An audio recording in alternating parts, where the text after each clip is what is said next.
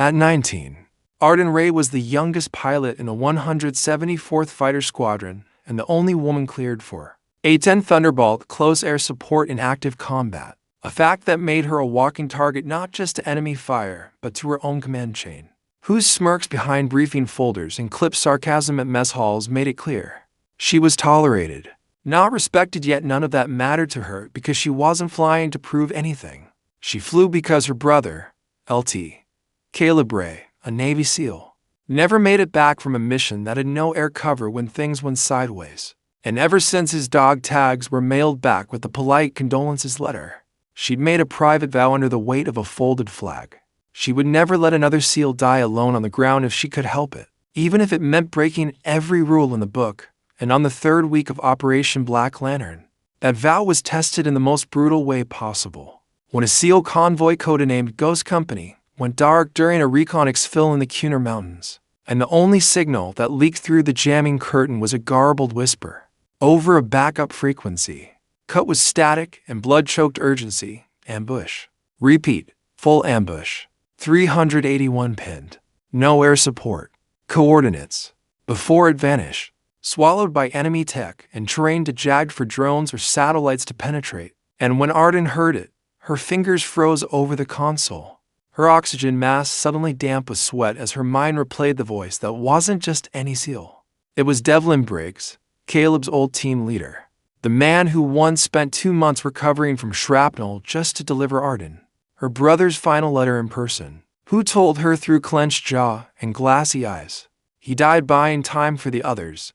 And now Devlin was the one surrounded, along with nearly 400 elite SEALs, trapped in a valley with Russian SA-18s, Chinese laser-guided mortars, and Taliban defectors using American tech left behind in a withdrawal no one wanted to talk about. And worse, command was hesitating, citing intel gaps, weather risks, airspace clearance, international pressure, not realizing, or not caring, that hesitation in war cost lives faster than bullets. And Arden, orbiting 38 clicks northeast, checked her fuel, flipped off her transponder, and radioed her weapons officer, Lt. Miguel Torrance. If you want to land with a clean record, now's your chance. But he didn't even flinch, just strapped tighter and said, "What are friends for?" Before the Warthog dipped its nose and screamed toward the ridgelines with the fury of 2 GETF-34s, rattling the bones of mountains older than any map, plunging into the blacked-out no-fly zone marked in crimson on every digital chart. The same air corridor that had chewed up 3 Black Hawks the week before. But Arden didn't blink, didn't breathe as she skimmed treetops and dodged radar ghost, flying terrain following at under 500 feet through a canyon carved by ice and war. And as they broke through the valley cloud cover, the battlefield opened like a wound dam. RAPs burning, comms trucks overturned, smoke signaling SOS in broken spirals while SEAL teams moved like shadows between rocks, returning fire with whatever ammo hadn't melted in the chaos. And just as Arden began her first dive, 3 enemy pickups crested the ridge armed with mounted DSHs, and a dozen fighters with shoulder-fired SAMs, all zeroing in on the sound of salvation cutting through the sky.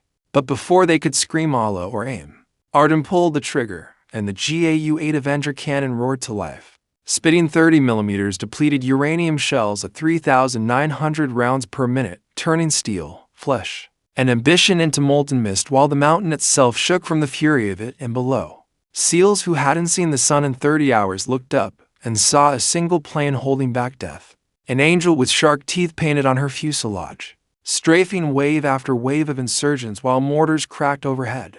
And one RPG screamed toward the cockpit, but Arden barrel rolled, dropped flares, and turned the missile into an airborne firework before diving again, whispering Caleb's name as she squeezed the trigger. Each shot a promise kept, each kill one less widow waiting back home. And on the ground, Briggs himself crawled from a crater with a busted leg and shouted into a field radio, "Who the hell is that?" And the reply came from an exhausted comms tech, Hog 1, unauthorized, female pilot, to which Briggs smiled through blood and said, "I'll be damned." But the fight wasn't over, not even close, because a convoy of technicals was heading up the East Pass, backed by a rogue ex-Special Forces unit gone mercenary, armed with jammers, thermal gear, and a truck-mounted railgun prototype stolen from a NATO lab ban when Arden's Warthog took a hit to the right wing from a lucky burst. She leveled out smoking, hydraulic fluid spraying like blood, and told Torrance to eject, but he refused, yelling, "Not leaving you, Captain." So they climbed, burning altitude for a desperate second pass with only one missile left. And as they crested the ridge, they saw that railgun spinning up, its coils glowing white, aimed not at them, but at the SEAL medevac site being prepped in the valley below, and Arden knew they were out of time.